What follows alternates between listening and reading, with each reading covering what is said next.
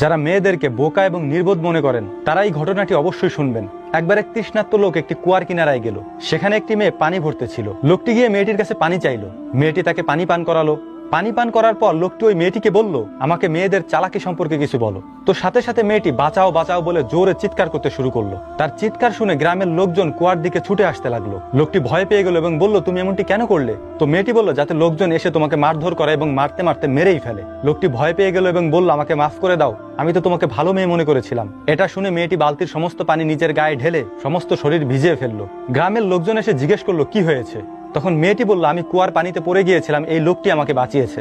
গ্রামের লোকজন লোকটিকে কাঁধে উঠিয়ে নিল এবং তাকে পুরস্কৃত করলো এবং অনেক সম্মান দিল।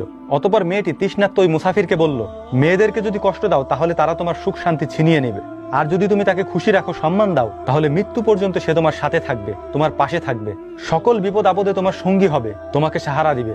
আশা করি অনেকেই হয়তো